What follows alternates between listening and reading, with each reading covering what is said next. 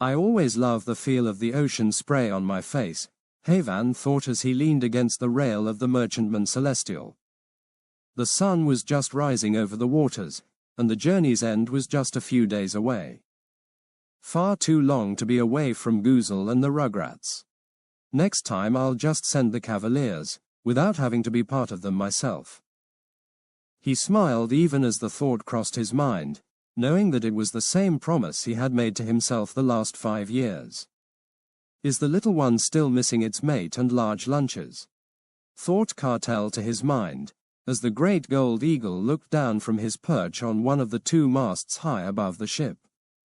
Don't worry, little one, you will be home soon, and maybe you will let me finally eat the 2 pets you have. If an eagle could smile, then Cartel was doing just that at the moment. Hayvan thoughts drifted back to his lovely wife and his 2 cursed children who lived with them in their forest home. The poor little ones had the bad luck to drink out of a cursed well before Hayvan purified it. They became half animal, half human beings, still able to speak, but looking like giant rats with some human features.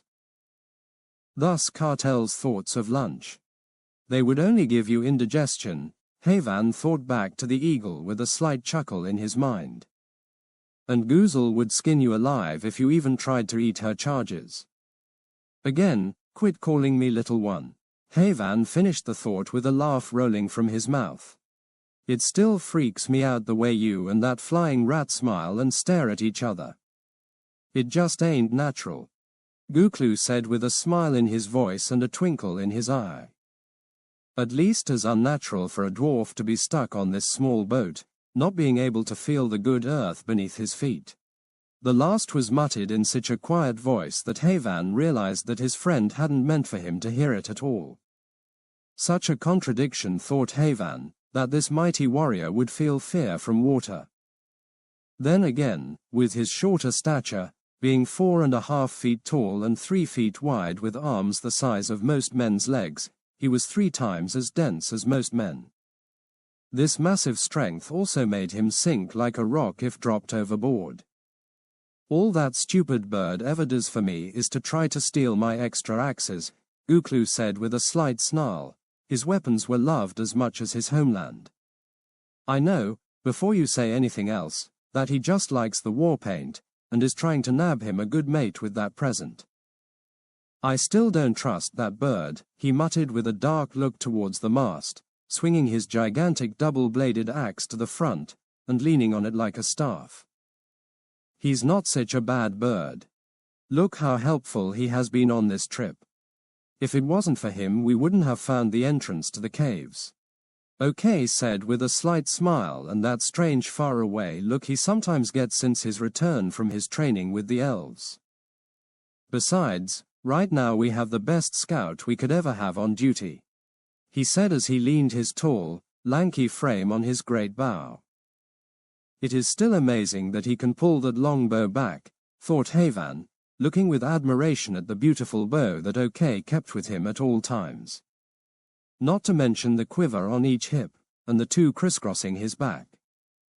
Never have I seen anyone shoot as fast though, especially since his return from training with the elves. I'm never quite sure how much he may be able to communicate with Cartel either, but the bird does seem to have a strange affection for the archer. He's all right if you can overlook the way he always seems to want to drop presents on me, Tedavi said with a half-serious tone, while at the same time shooting Cartel a dirty look. If eagles could do smug, then that was Cartel to A.T. It's your fault, you know, said Hayvan. If you hadn't started bragging about how your new robes were blessed to stay clean and make you look like the perfect recruiting figure of a charge cleric, then Cartel wouldn't keep trying to see if it was true. They all knew it was true. Tedavi would walk out of a pitched battle with his robes still shining white, the pale blue lightning bolts glowing in whatever light was available. He would then finish healing everyone, at the same time reminding all the patients that it was thanks to his deity Fulgur that they are healed, and if they want they can go to the closest temple to offer their services, or some kind of payment in return. Tedavi may be a strange duck, thought Hayvan, but he is indispensable in a fight, especially against the undead.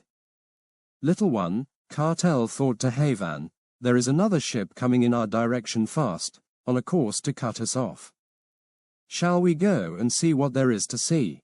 Quote, Heads up, cavaliers, Hayvan said in a serious tone that they all knew too well, we have company coming, and things could get interesting.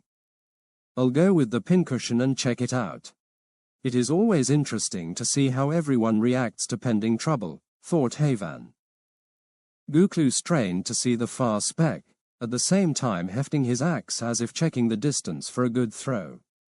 Nobody could ever throw an axe as far as the massive dwarf. OK never changed his stance, but his body went slightly rigid, and Hayvan knew that in that pose he could have 4 arrows in the air in the time most men would have 1.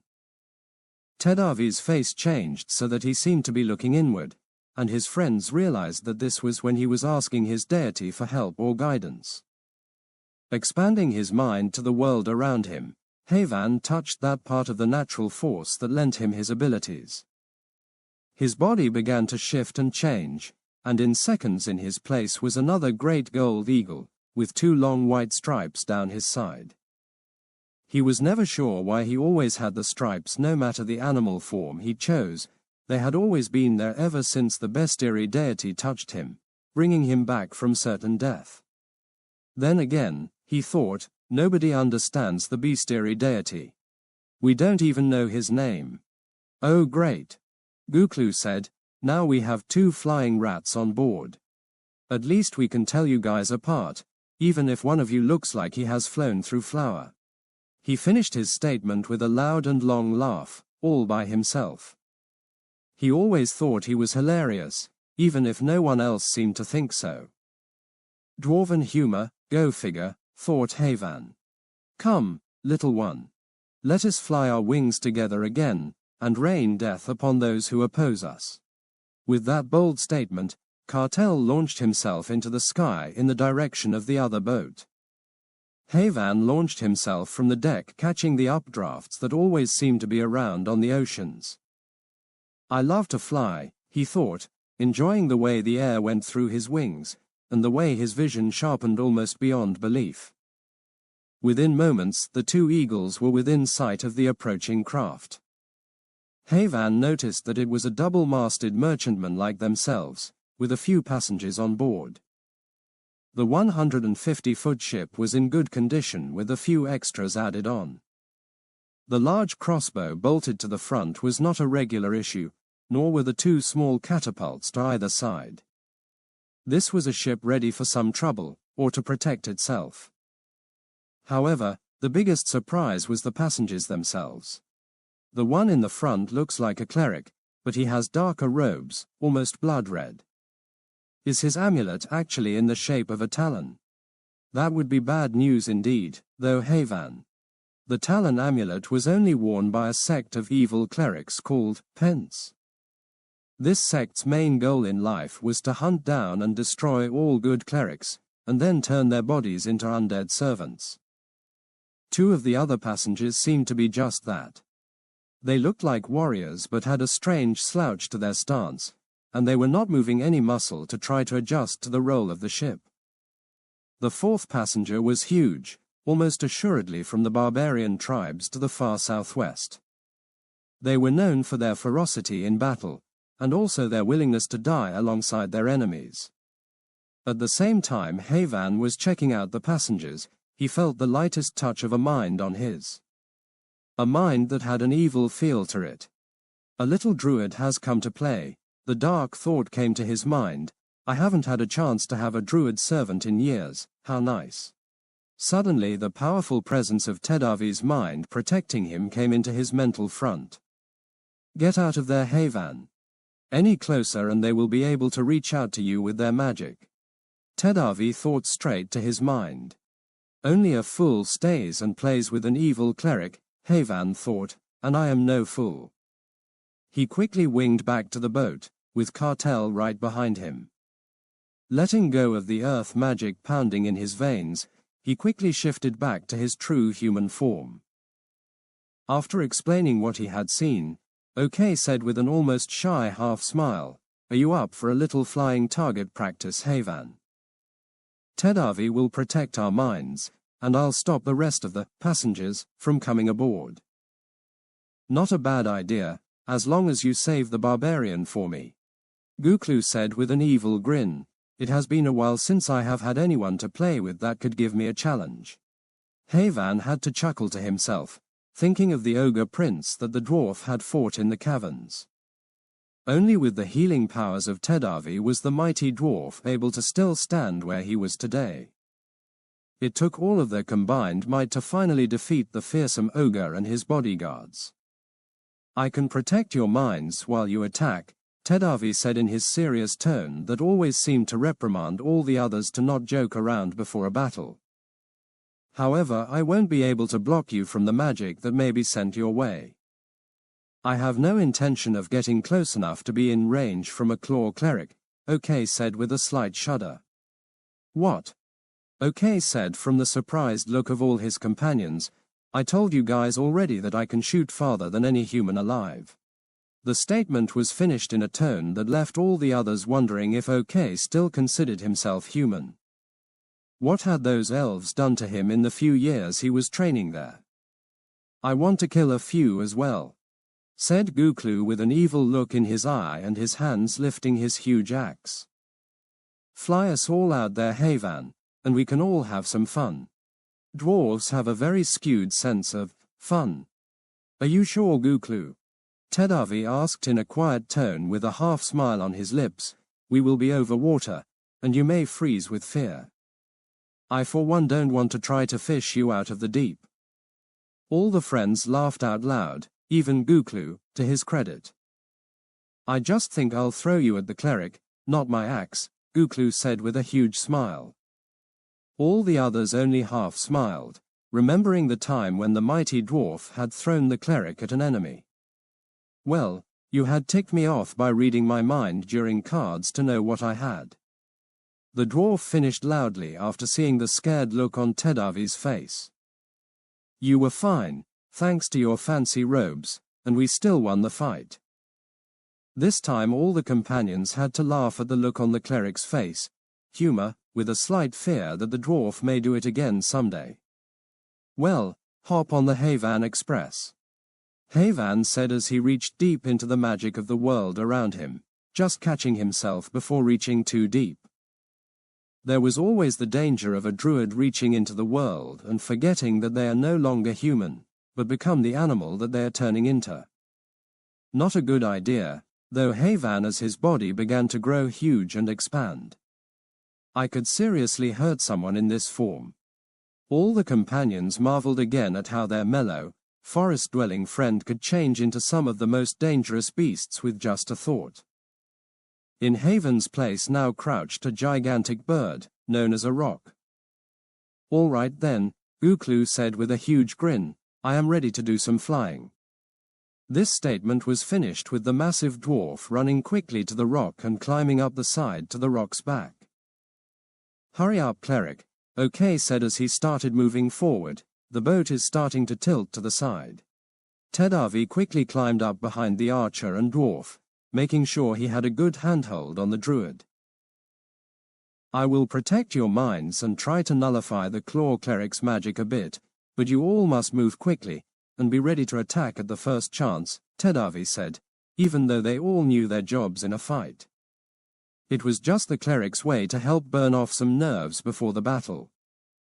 Hayvan launched himself into the air with a few flaps of his great wings, being careful not to take out the masts or knock any of his friends off. Show off, Cartel said to his mind as they started towards the other boat. Cartel always seemed to be a little grumpy when he had to fly alongside something bigger than himself. Hang on everybody, Hayvan said to Tedavi's mind, and he passed on the message, I am about to dive, prepare to jump. Even as the thought was sent to the cleric's mind, 4 arrows suddenly flew past his head, each following the feathers on the one before. The arrows darted down to the ship, 2 arrows each darting into the bodies of the undead on the ship. The undead just stood there, without flinching as the shafts sunk deep in their bodies. We know for sure that they are undead now, OK said as he adjusted his seat for a better shot. Get me a little closer to the druid, and I'll take one of them out. All the companions looked at OK in surprise after that statement. When did he ever get the power of a cleric in his bow? Just kill the claw cleric, Tedavi said. I'll destroy the undead when I get close enough.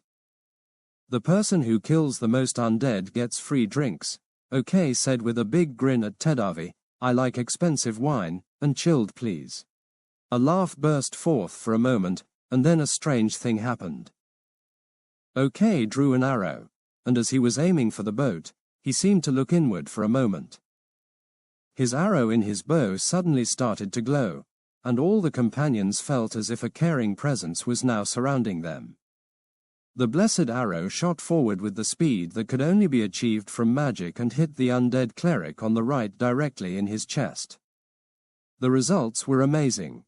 The undead seemed to explode through the air and go flying off the side of the boat, leaving a trail of smoke and ashes behind him. I am not paying for drinks, roared the dwarf. Hayvan, launch me. With this, the dwarf quickly rolled down to the claws of the rock, and Hayvan chucked him as hard as he could at the offending boat. From the look of amazement on the claw cleric's face, he did not expect one of his servants to perish before the battle had begun. It was also almost funny to see the look he gave when the dwarf started closing the distance to him, already starting to swing his massive axe. To his credit, the evil cleric wasted no time reacting to the threat. As the dwarf closed in, with the rock right behind him, moments before he was about to hit the cleric, he suddenly seemed to slam into something right at the edge of the boat. It is hard to stop a dwarf traveling close to terminal velocity, and Guklu was no exception. As he hit the invisible barrier, the mighty dwarf seemed to break through the side of it, and bounce off and slam into the barbarian and other undead instead of the cleric. They all went down in a tumble of arms, legs, and weapons. Tedavi and OK also wasted no time in their attacks.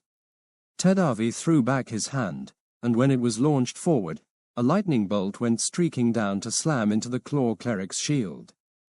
It had enough of a hit to cause him to stumble back a few feet. OK's bow was in motion again, and 4 more arrows shot towards the barbarian. The barbarian quickly grabbed the undead and used it as a shield against the incoming arrows, and then the undead was used as a club on the dwarf as he started to rise beside the barbarian. The stoic dwarf went down once again in a heap. His cry of rage was heard echoing across the waters from under the undead. Hayvan swooped low enough for the cleric to drop down in front of the claw cleric, and for the archer to drop in the bow of the boat, away from the main battle. Hayvan released the earth magic, once again feeling less of a person when it was gone, and landed next to the archer in his true human form. Where did the blessed arrow come from?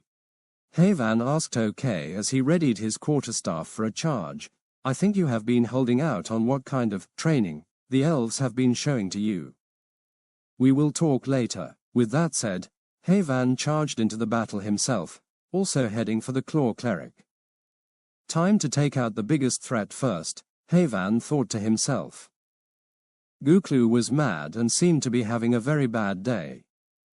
Not only was he stuck on a ship far from land, but he missed the cleric and now had to untangle himself from the undead, who kept trying to bite and claw him. With a mighty heave, the dwarf leaped to his feet with the undead in his arms and used it as a battering ram himself, this time on the barbarian. Barbarians are known far and wide as very dangerous enemies. This one surely fits the mold. With a sweep of the huge club in his hands, the barbarian sent the poor undead flying out of the way, to land near the feet of the archer. This gave the Guklu just enough time to snatch up his axe and prepare to face the huge human in front of him. 4 more servants as powerful as you all will be a very fine addition to my collection, the claw cleric said with a grin, as he pulled off his back a black glowing trident.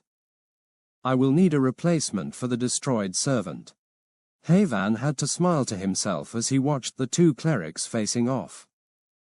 He doesn't know what he is getting himself into with Tedavi, he thought.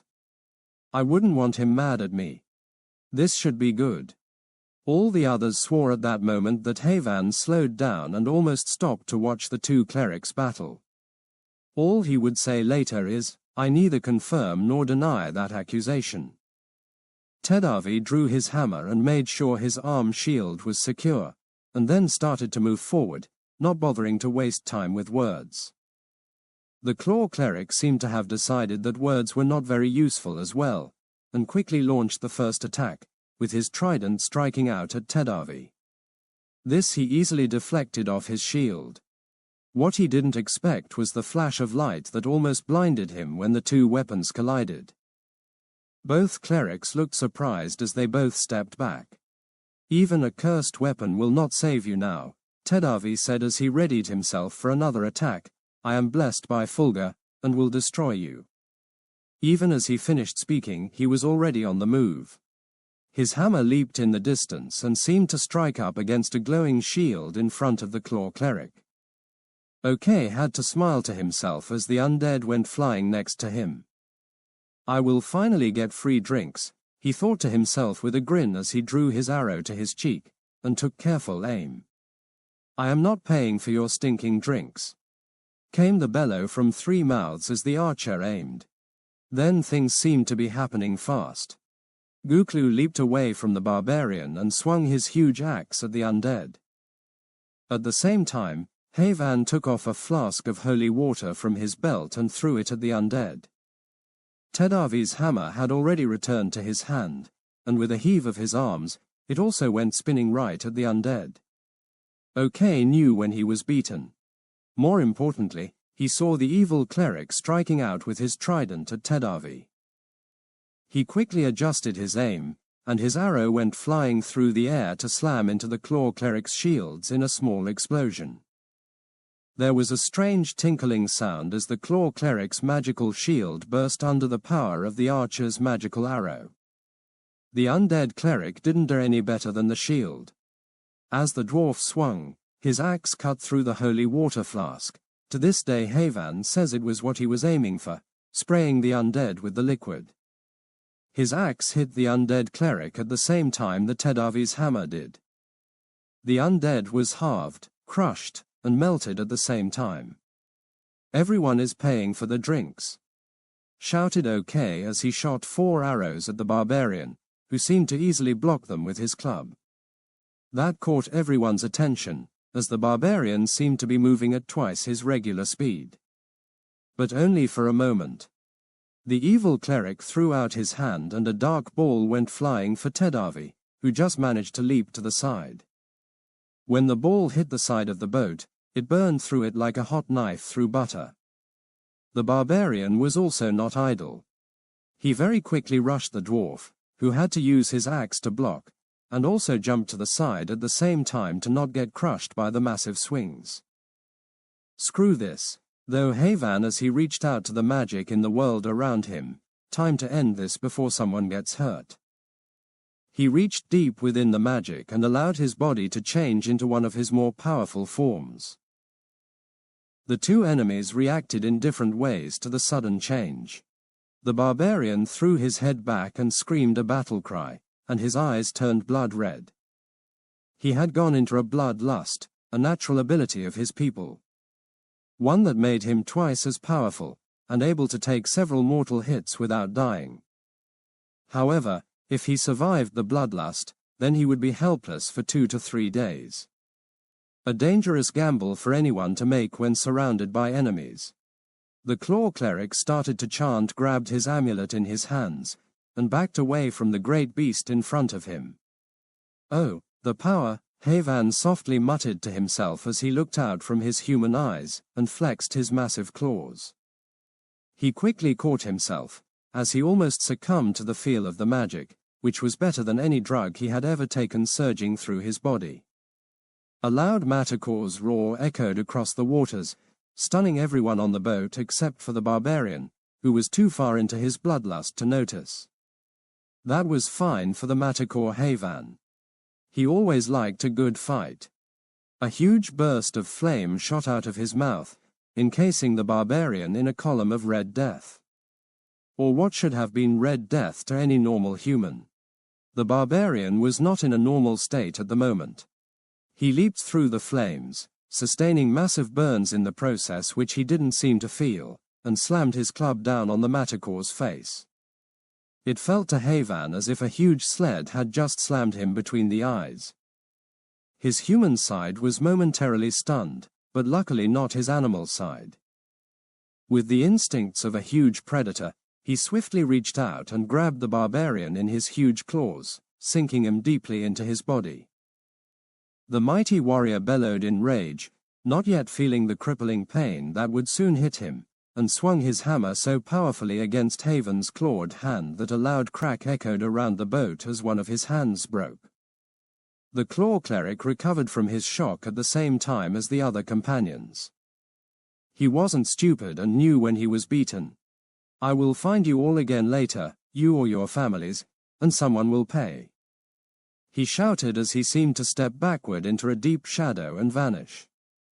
The barbarian in Hayvan's claws had finally stopped moving, but not before the Maticore had bitten his head off in one huge bite. "I hate it when he does that," muttered OK. "Can't he just kill them, and not have to eat them?" Quote, "Suck it up like a man," bellowed Guklu. "At least now he can't get stunned by the bellow." The dwarf finished the statement with a rolling laugh coming from his mouth, which brought him to his knees, and made him start crying.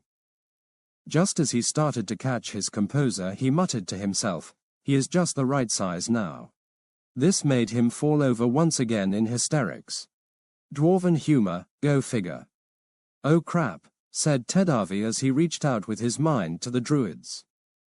"He has gone too deep in the magic. Watch out."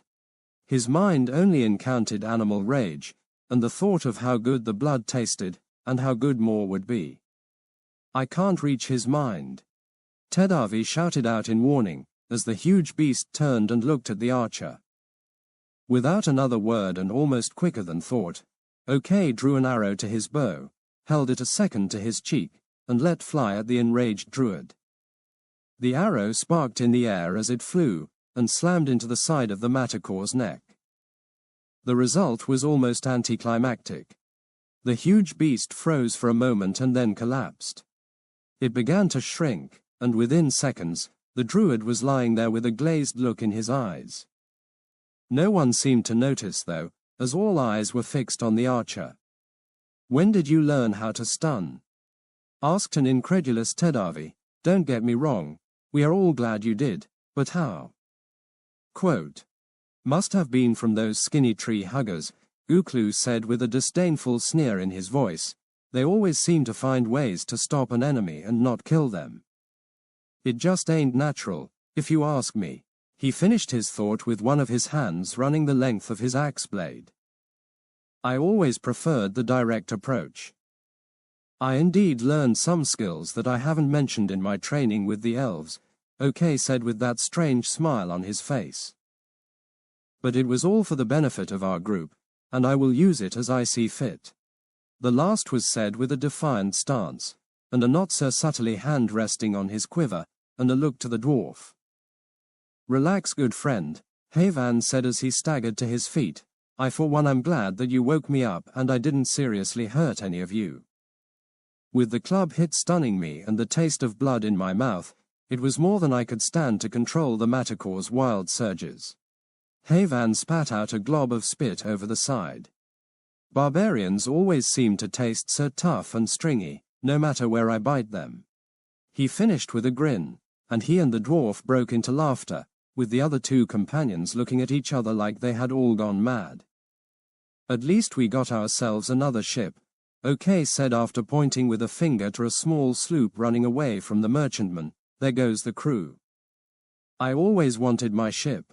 He said this with a small chuckle, echoed by everyone in the group.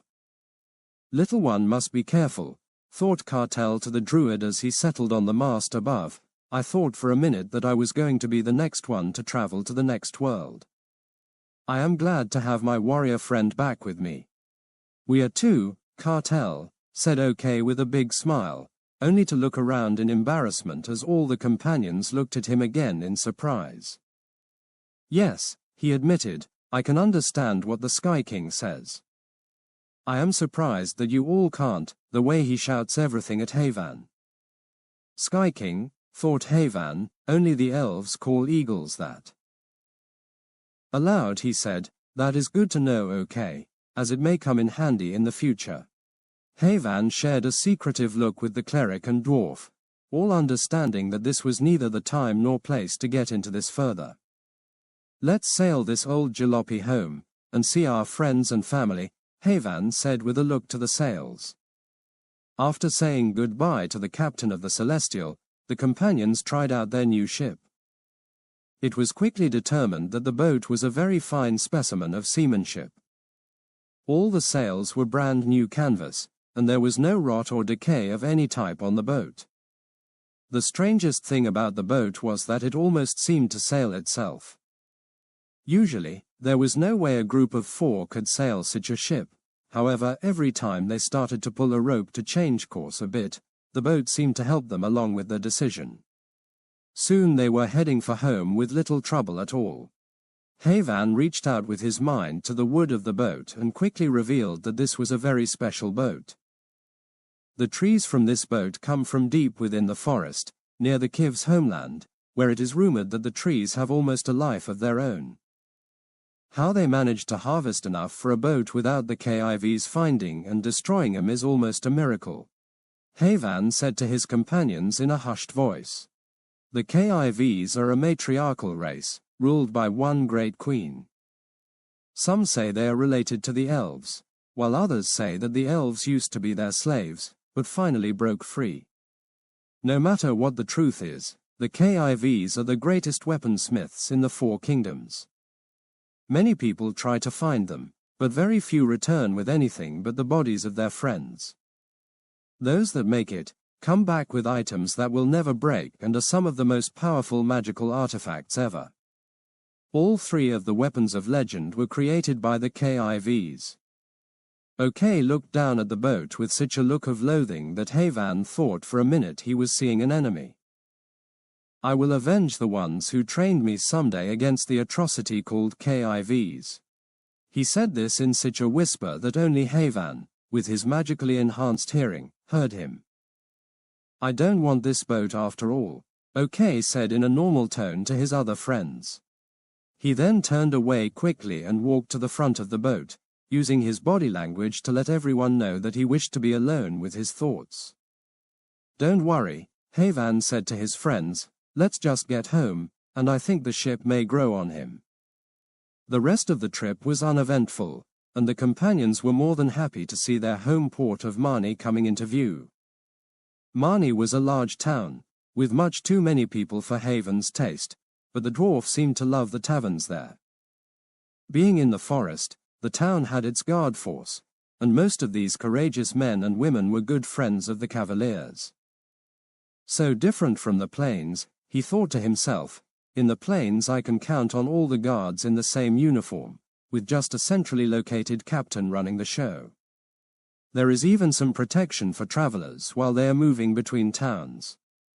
I guess that is what attracts me to the forest, the chance to use my skills and abilities to help people.